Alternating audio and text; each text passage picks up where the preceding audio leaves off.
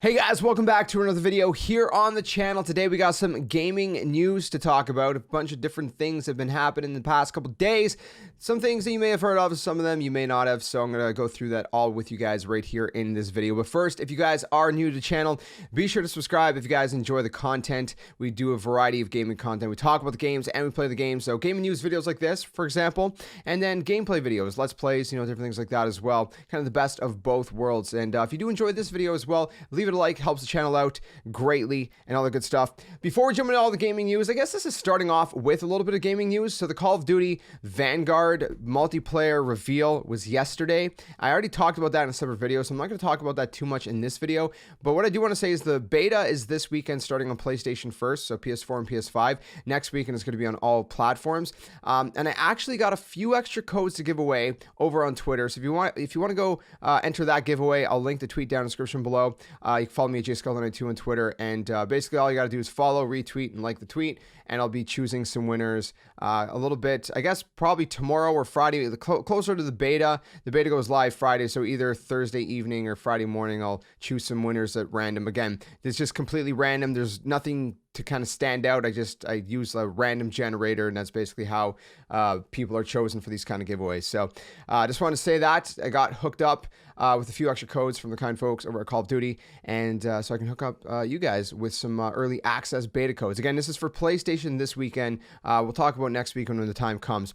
So Vanguard, if you guys missed the multiplayer reveal, it was pretty cool. They had some cool stuff. I'll link the video for that in the description below because there was a lot to go over for that, so I'm not going to talk about that in this video.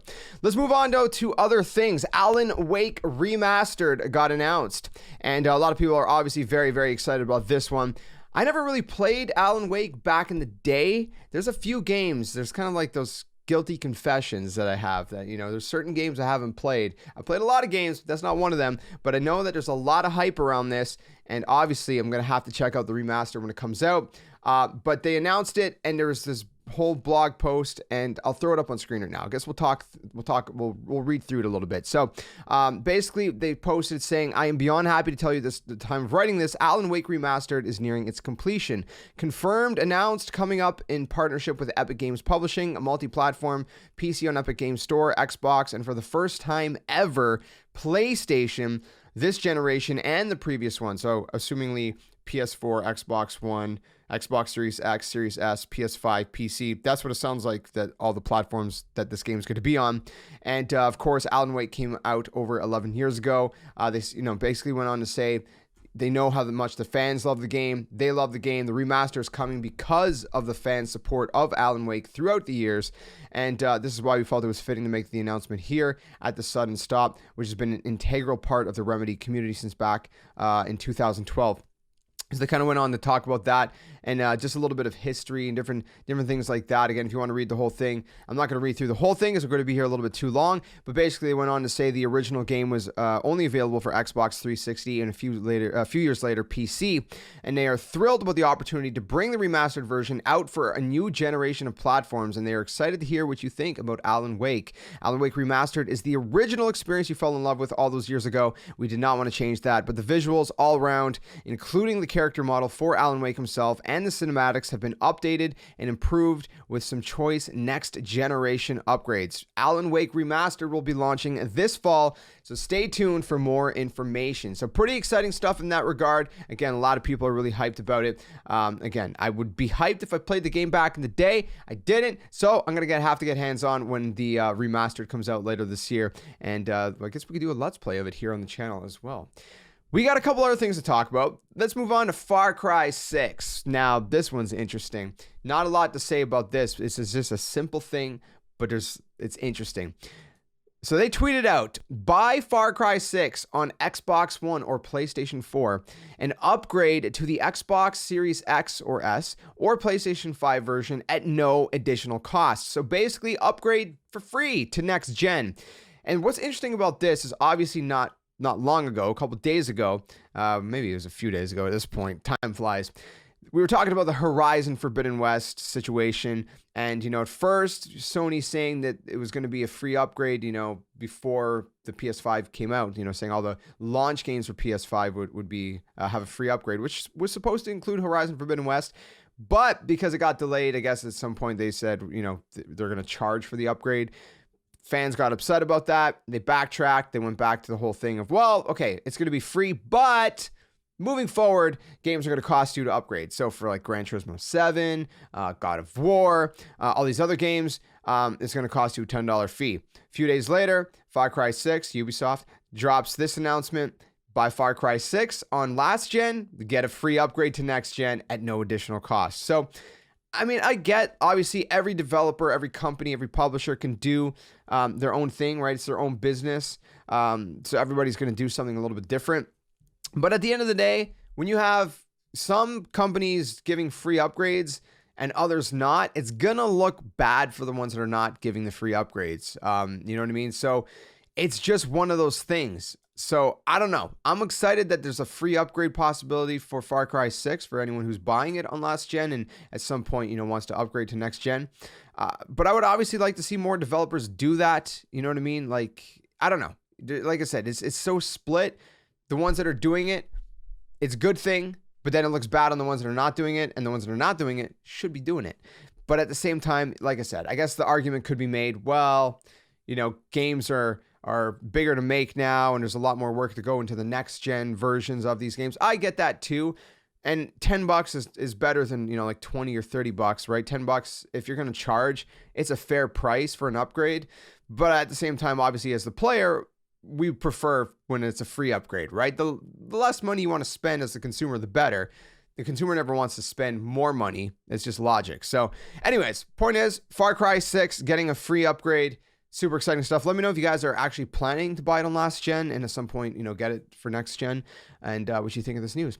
Let's talk about some stuff. So there's a fake PlayStation showcase leak going around, and I say it's fake because it's definitely fake. I don't believe this is real at all, but I wanted to talk about it because I know it's being talked about on the internet, and I just wanted to touch on it. So I'll throw it up on screen right now so you guys can see that this is basically the picture going around. You know, that whole classic, I'm going to take a crooked photo with my camera or with my phone off of my monitor, my screen, and then I'm going to post it online, and everyone's going to believe that this is real, except almost nobody believes this is real. And if you believe it's real, then I don't know what to tell you, but I don't think this is real. There could be some truth in it, but that's just a guessing game. I don't think this is real. If it is, if this ends up actually being a 1-for-1, I'll be very surprised because we've seen these so many times, and 9 times out of 10, this is just fake. But basically, it shows, you know, there's going to be a Jim Ryan speech and all this. There's going to be a Horizon Forbidden West gameplay trailer, which I don't know why we'd get another trailer. We could, I guess, but we've seen a lot of it. They had almost their own showcase. What was it, a couple months ago? Gran Turismo 7 trailer. That makes sense because we haven't seen anything from Gran Turismo in a while. Gran Turismo 7, that is. PlayStation 5 controller color. I mean, that's a possibility. It is. They just came out with 2. Could they already come out with a third one? They could. Well, I guess it'd be a fourth one because the base one was the white and black one that came with the PS5. Then they talk about Abandoned. Okay, Abandoned, like, I don't even want to get into that topic. That's just a whole thing in and of itself that we could just go on. I mean, that game just seems fake at this point. Correct me if I'm wrong, but I mean, from what I've seen.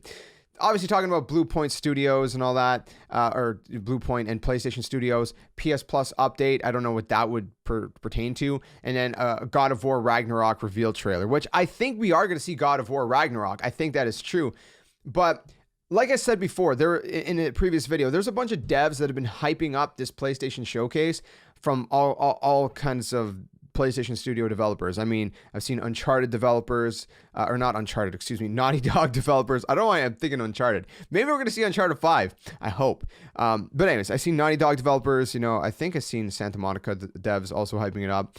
Just different developers that seem to say that this is going to be a pretty crazy showcase. And from this quote-unquote leak, this doesn't seem very crazy.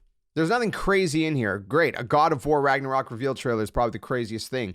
Besides that, there's not a lot that's crazy. A PlayStation 5 controller, okay, cool. Gran Turismo 7 trailer, we've already seen a trailer. A new trailer would be cool. That's not like mind-blowing. Unless everybody's just focusing on the fact that it's just God of War Ragnarok. But I don't think it would just be that. I feel like there's more to it. So again, there's just many different things. To me, it's just, this is fake. I'm not even going to call it a real PlayStation showcase leak, because I think it's just fake. But that moves us on to another thing that I think is more plausible. Okay, this one I think is more plausible, which I don't even know the proper use of those words anymore. It's plausible and possible. The point is, Infamous. Infamous is rumored. There was a rumor that we're going to see something regarding Infamous make a return at Sony Showcase. But then someone came out and pointed this out. I'm going to throw it on the screen right now. You guys can see this.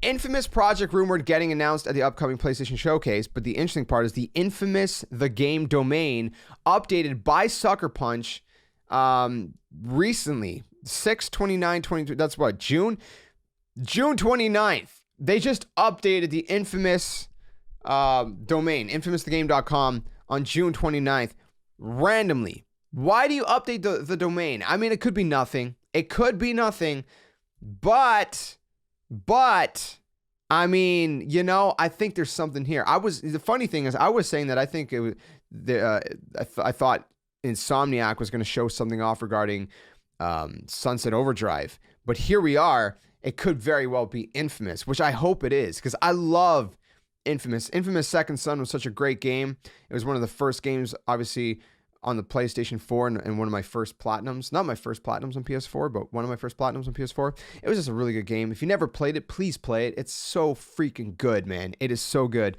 I can't say good enough things about it. Anyways, if there's a new Infamous game, I'll be so hyped. I will be so hyped. But again, like any other rumor, any other leak, take it with a grain of salt. I do think this one's, like I said, more plausible than the last one. The last one is just, it's just written fake all over it. This is like something official. Like they've actually updated the domain. This is something that you can actually see for yourself that they've done. Doesn't mean anything technically. It could mean nothing, but it could mean something. And that's the hope I'm holding on to. Don't get your hopes up though.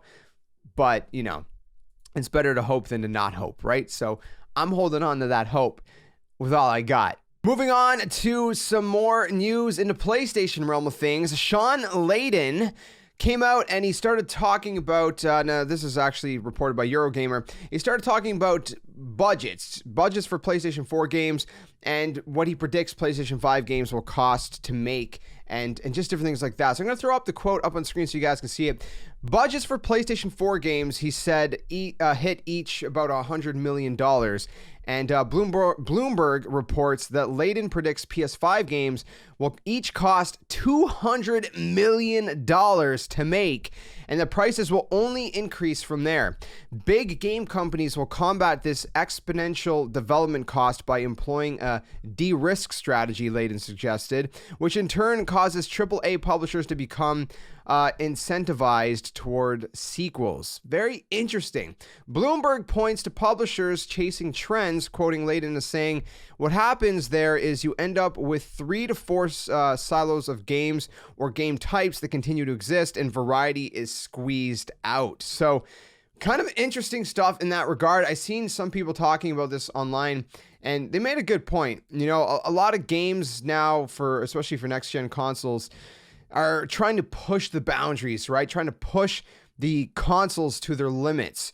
And you don't always need that. There are great examples of games that don't do that kind of thing. I mean, just look at Nintendo, for example, right? Everybody's always like, you know, Nintendo should make super powerful consoles. They don't need to. I mean, I agree it would be nice to have 4K Mario and 4K Zelda. That'd be cool.